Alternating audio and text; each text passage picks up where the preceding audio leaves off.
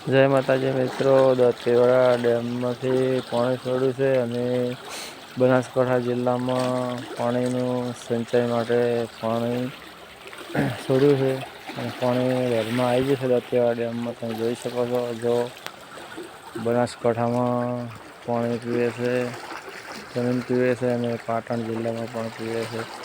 જોઈ શકો છો કેટલું પાણી ઘરમાં આવે છે. મશીન પણ મૂકેલા છે. મશીનથી પાઈ શકાશે. તે પણ ઊંડી છે. બહુ પાણી આવે છે. જો મિત્રો ઘરનું પાણી છે.